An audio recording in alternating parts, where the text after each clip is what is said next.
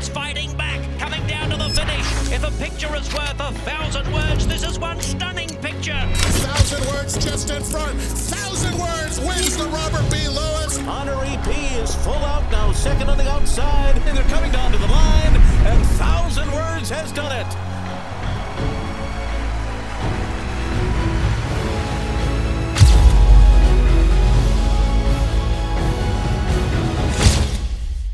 Hello, everybody. Mike Welsch coming to you from Belmont Park with the first of our Daily Racing Form Belmont Stakes Clocker Reports, brought to you by Spendthrift Farm, the owner of 2020 Kentucky Derby winner Authentic. Just left the draw for the Belmont Stakes, field of 8 as expected, to go postward.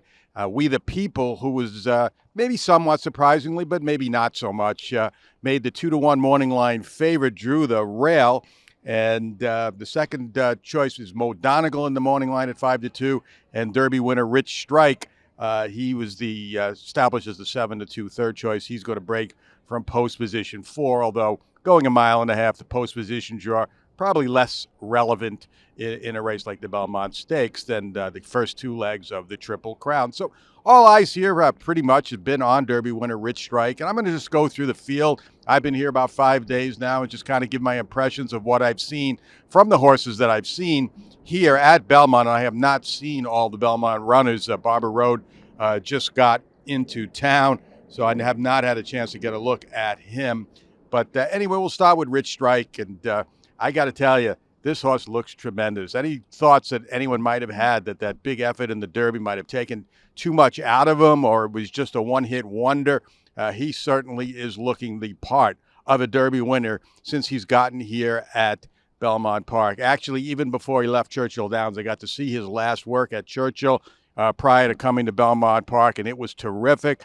His work before the Derby was pretty good. The one thing I didn't like about it is that he didn't change leads and he got a little bit hot. His last work at Churchill Downs, he did not get quite as hot, and he switched leads perfectly, had great energy finishing, and went out very strong on the gallop, out which you like to see, especially coming out of super effort that he had turned in just a couple of weeks earlier in the Derby. And since he's arrived here, he's had one good day after another. His gallops have been strong. He's looked happy. He's had his ears pricked coming by the wire every day.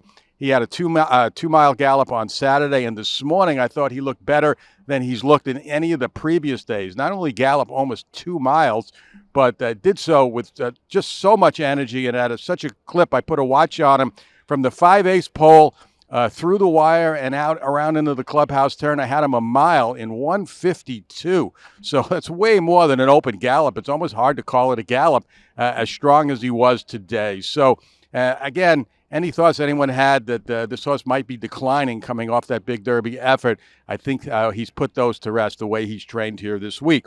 We the People has also has looked very good since I've arrived. I loved his work here Saturday.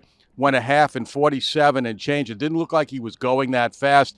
And with his trainer, Rudy Brissett, aboard, he had him well in hand most of the way. And he, too, looked good on the gallop out. He came back this morning, and I thought he had a good gallop this morning coming out of that work.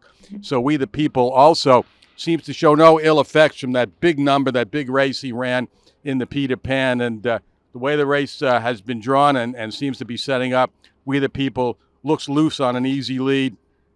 And it may be his race to lose on the front end here on Saturday. Mo Donegal and Ness, stablemates, they've worked together a couple of times. Most of their works, both of the works that they've had here recently, were kind of slow half miles and punctuated by big gallop outs.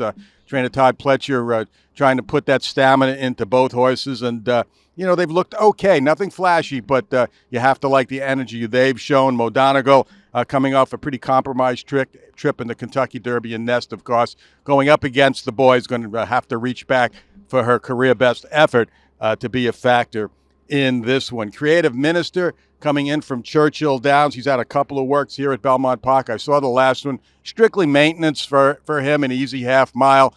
Trainer Ken McPeak saying he's learned his lessons from past Belmont horses that he sent here, just kind of taking it easy, not asking these horses for too much to try to get him to peak to go 1.5 miles on Saturday. The one thing with Creative Minister, this is his third race in 5 weeks, so it still remains to be seen if those efforts for a lightly raced horse, might take a little bit out of him as he comes in here on Saturday, tries to go the grueling 1.5 miles. Skippy Longstocking, same for him, kind of a maintenance work coming out of the Preakness.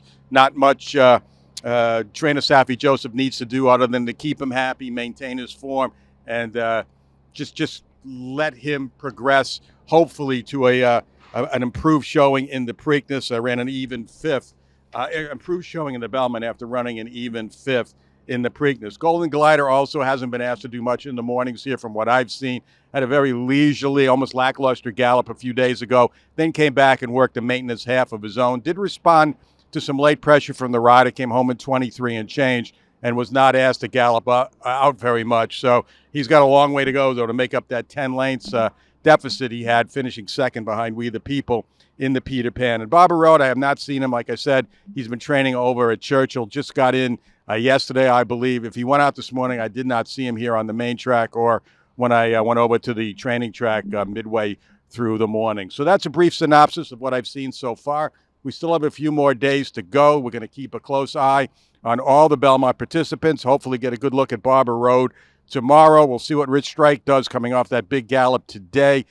See if he even comes out tomorrow and trains. I'm going to guess he probably will and have an easy morning once again. So that's the way it looks right now, but keep it here. Like I said, we have a few more days to go before we get to Belmont 2022, and you're going to get the best coverage of this year's edition of the Belmont, staying right here at DRF.com.